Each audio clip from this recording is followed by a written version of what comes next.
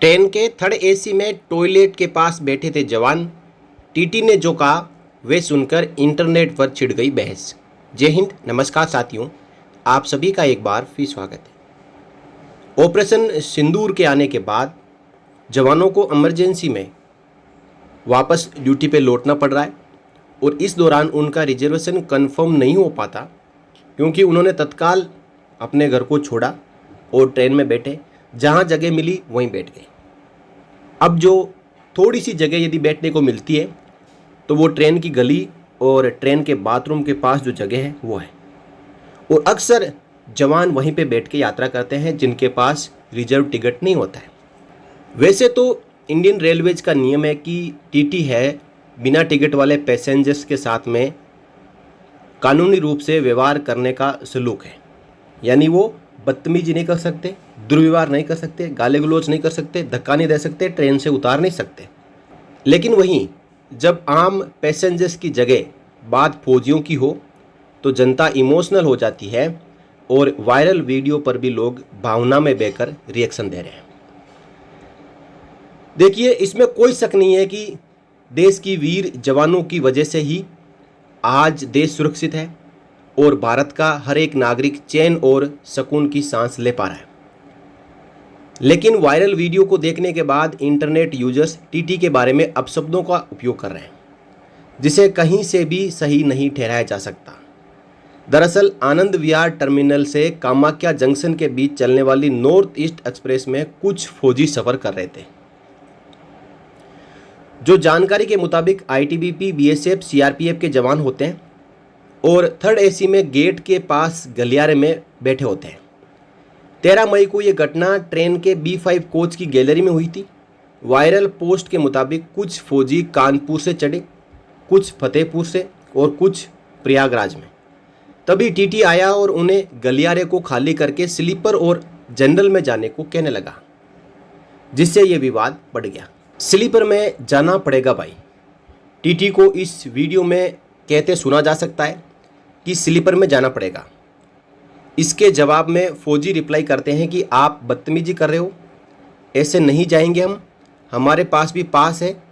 इस दौरान टीटी शिकायत के लिए फ़ोन मिला देता है और कहता है कि कोच में करीब 20 के आसपास फौजी हैं। इतने में कोच के गलियारे में मौजूद दूसरे टीटी और आर्मी मैन के बीच बातचीत बढ़ जाती है। फौजियों का कहना होता है कि हम एसी में नहीं बैठे हैं, हम गली में बैठे हैं, जिसके जवाब में टीटी कहता है कि ये एसी कोच है, यहाँ बैठने की अनुमति नहीं है। ट्रेन में करीब 1 मिनट 58 सेकंड तक दोनों के बीच ज़बरदस्त क्लैश होता है, लेकिन चलती ट्रेन के गड़गड़ाहट की आवाज़ के बीच में काफ़ी बातें समझ में नहीं आती है। पैरामिलिट्री हेल्प CAPF X पर पोस्ट किया गया, ट्रेन में टॉयलेट के पास गैलरी में बैठ के ड्यूटी पर वापस जा रहे जवानों से टीटी साहब पूछ रहे हैं किसने बोला है एसी में बैठकर जाने के लिए, गैलरी में भी खड़े नहीं होने दिया। ये वीडियो आगे हम देखेंगे। लेकिन टीटी फौजियों को यह समझाने की कोशिश कर रहा होता है कि एसी कोच के गलियारे में मत बैठिए, पैसेंजर कंप्लेन कर रहे हैं। फौजियों के साथ इस प्रकार का व्यवहार को गलत या सही समझने से पहले आपको बताते चलें कि टीटी का ये काम होता है कि वे पैसेंजर की समस्या को हल करें।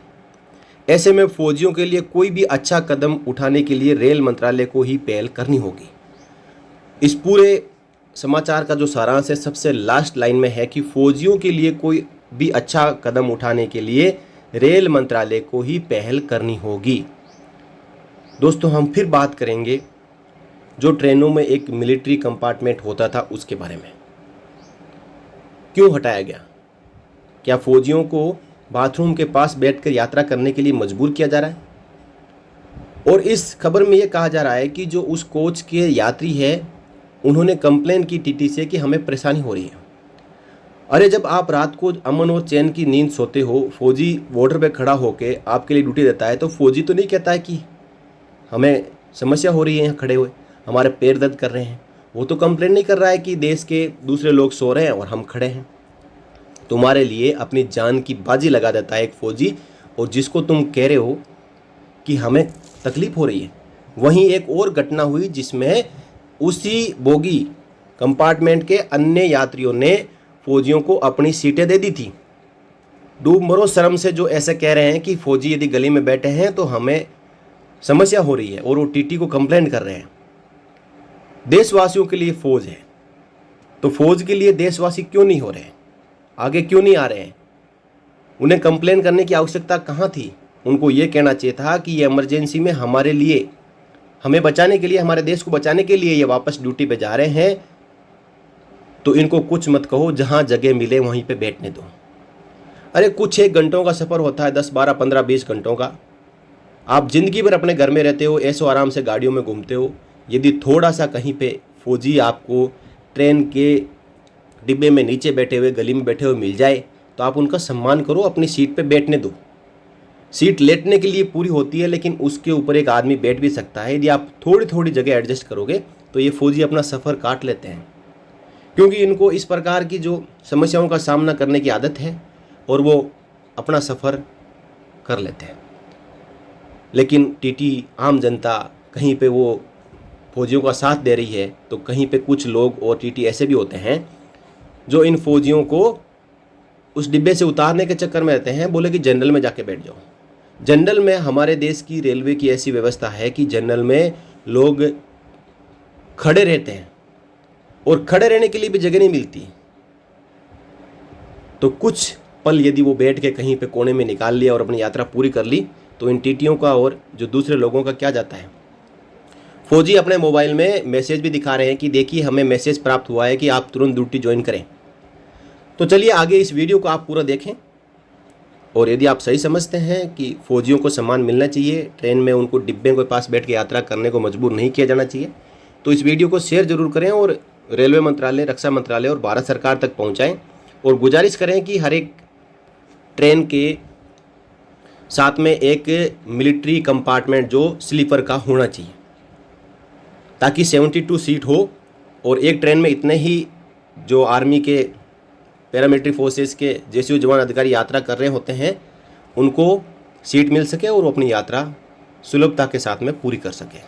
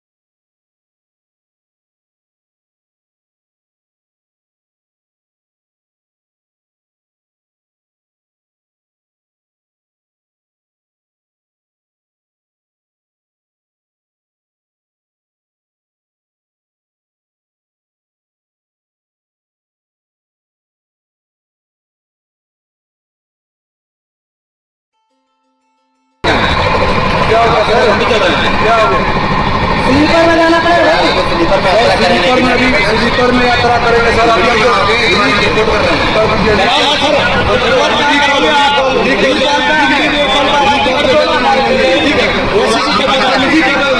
जो बदतमीजी कर रहे हो, आप ये बता करके गए हैं, ठीक है। बोला कि नीचे रहना है, जब कराना जवाब आया जी कल पे जा रहे हैं, ठीक है। ऐसे नहीं जा रहे हैं, ठीक है। हम भी, हमारे पास भी है, ठीक है।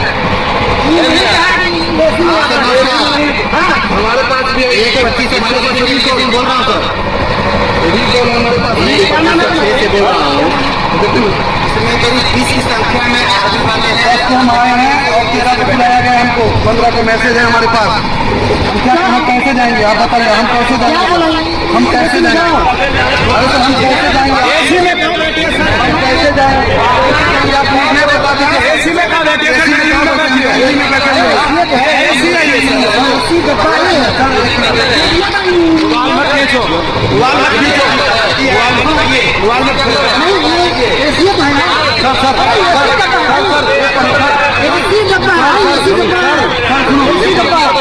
हमको मैसेज नहीं आया,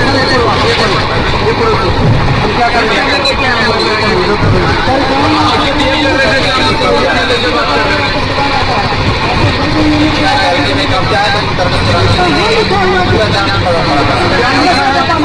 ऐसी डब्बा में नहीं सर, हम कोई शौक से नहीं जा रहे हैं, मैं कितने को आया और कितने को हम वो हमने फैमिली में बैठे थे, उधर सजा लाने से नहीं जाना था।